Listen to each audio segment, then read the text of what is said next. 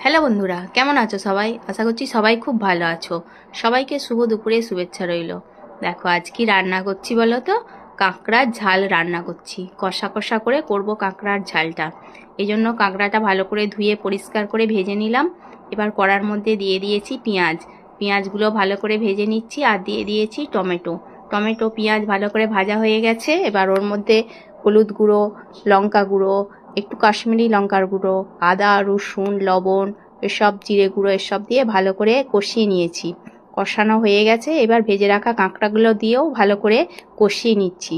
দেখো ভালো করে কষানো হয়ে গেছে। কাঁকড়াগুলো দিয়েও ভালো করে কষানো হয়ে গেছে। এবার দিয়ে দিলাম জল। জলটা দিয়ে ফুটে গেছে দেখো। এবার কিছুক্ষণের জন্য ঢাকা দিয়ে দেবো। কাঁকড়াটা প্রায় আমার হয়েই গেছে, আর একটু হলেই হয়ে যাবে। দেখো একটু ভালো করে নাড়াচাড়া করে নিলাম। এবার শেষে আমার ধনেপাতা নেই, একটু গরম মশলা দিয়ে দিয়েছিলাম। তোমরা একটু ধনেপাতা দিয়ে দেবে। ধনেপাতা আমার ছিল না তাই দিলাম না। কাঁকড়ার ঝালটা আমার হয়ে গেছে, এবার নামিয়ে নেব। ওকে, টাটা, সবাই ভালো থেকো, সুস্থ থেকো।